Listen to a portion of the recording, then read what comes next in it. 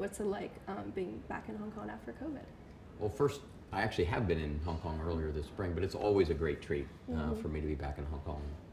I lived here from 1993 to 1999. Two of my children were born here, so I've always had great fondness for Hong Kong. And while it's been a more difficult last handful of years, it's really good to see sort of the dynamism and excitement and energy returning to Hong Kong.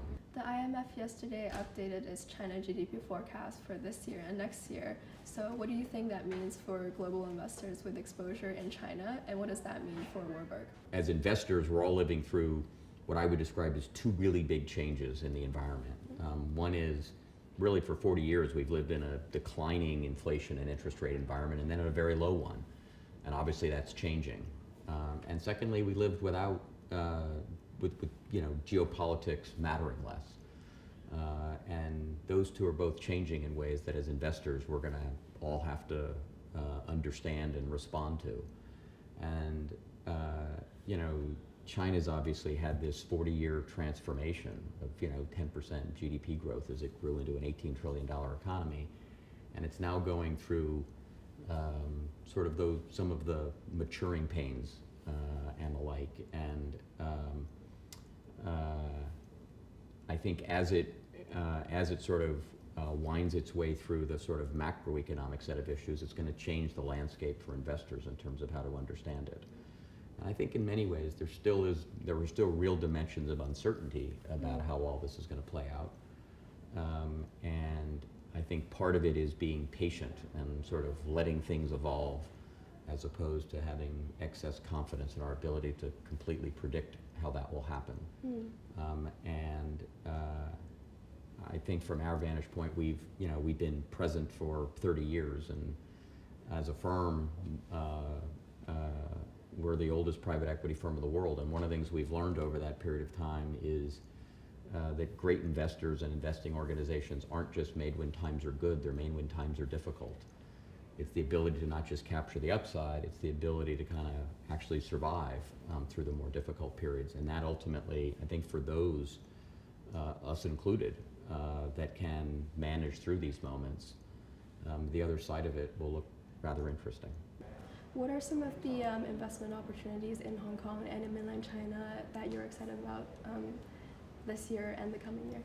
We've been present there for 30 years and benefited through the enormous change and transformation of that economy over the last 30 years. And I think we're now trying to think about what does the opportunity set look like more ahead as that environment evolves. And for example, I'd say, we're thinking a lot about the maturation of domestic capital markets in China, the massive savings pool, and how it will be better managed and invested. And we've made a couple of investments in asset management firms like Huabao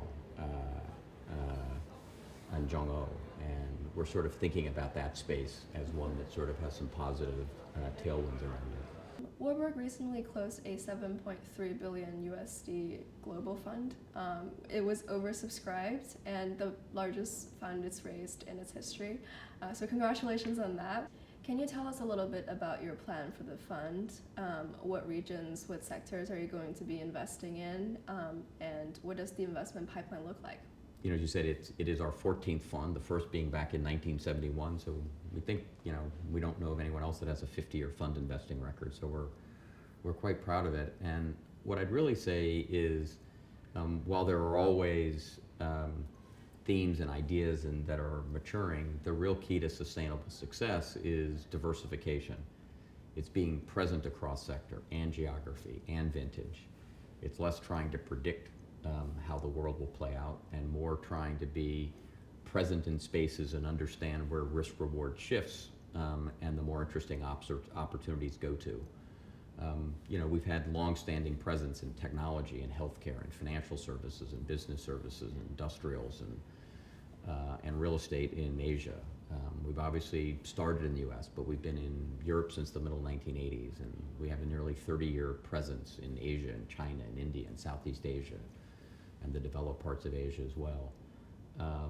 And over the last handful of years, we stayed vintage diversified as well. The challenges for investors around understanding how inflation rates plays out and geopolitics is relevant, but we never have invested in the macro flavor. It's more about finding the incredibly talented entrepreneur with some new idea that defies gravity.